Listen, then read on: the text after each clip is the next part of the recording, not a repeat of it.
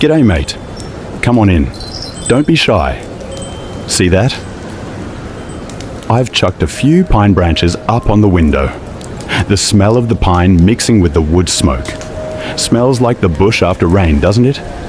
A bit of magic in the air. Christmas is just around the corner, mate. You can feel it buzzing through the town. Pull up a stump. I've whipped up a special hot chockey for you. Tonight, forget about Santa and his reindeer for a sec. I want to spin you a yarn about someone else. A story that's a bit sad but bloody beautiful. It's about the fourth wise man. We all know the story of the three wise men who brought gold, frankincense and myrrh to the little king. But hardly anyone reckons on the fourth bloke. His name was Artaban. Just like his mates, he saw that star in the sky, the one signaling the big boss was born. He sold everything he owned, the whole kit and caboodle, to buy 3 precious rocks: a deep blue sapphire, a fiery ruby, and a pure white pearl. He reckoned he'd give them to the newborn king. Artaban arranged to meet his 3 mates at a spot so they could ride out together. He saddled up his best horse and rode like the wind through the night. But on the track, he came across a poor bloke lying in the dirt, sick as a dog, starving, barely breathing. Artaban was in a pickle. If he stopped to help, he'd miss his mates and miss the trip to see the king. But if he bailed, this bloke would surely cark it. His heart wouldn't let him walk away. Artaban stopped. He nursed the sick fella back to life and left him the sapphire, the first gem, so the bloke could get back on his feet. By the time he got to the meeting spot, his mates were long gone. Artaban had to turn back, sell his horse to buy a camel and supplies, and cross the desert on his own. It was hard yakka. He got to Bethlehem days late. By then, the little king's family had already done a runner to Egypt. Bethlehem was absolute mayhem. Soldiers were tearing the place apart, looking for baby boys. Artaban saw a soldier trying to rip a baby out of a poor mum's arms. Without blinking, Artaban pulled out the ruby, shining like a bloody sunset, and gave it to the soldier. "Take this rock, mate, and let the kid go." The soldier, greedy as they come, grabbed the gem and cleared off. So, Artaban was down 2 gifts. And he still hadn't seen the king. For the next 33 years, Artaban drifted like a swagman, searching everywhere.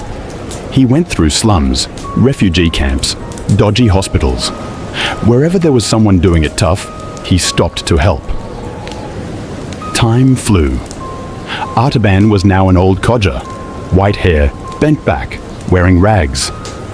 He had one thing left, the pearl hidden deep in his shirt. Finally, he heard the king was in Jerusalem.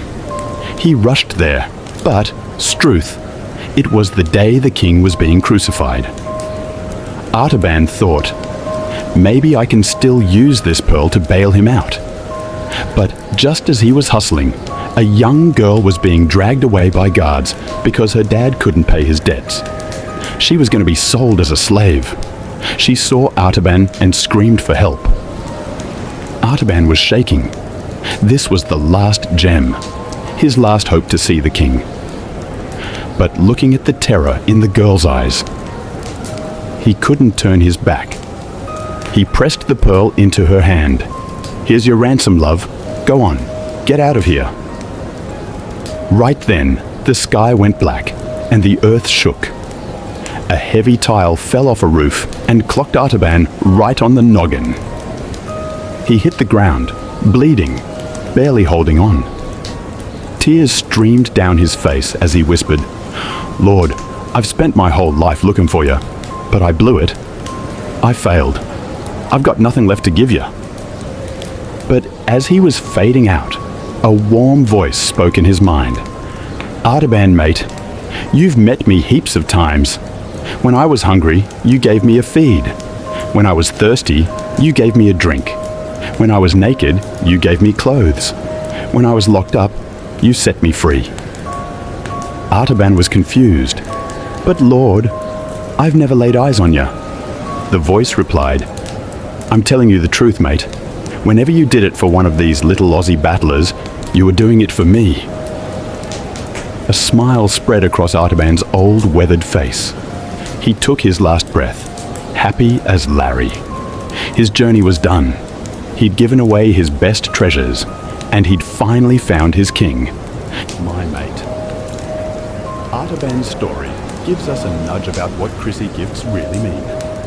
We're often running around trying to do something massive, trying to be big shots, just like Artaban trying to find a powerful king.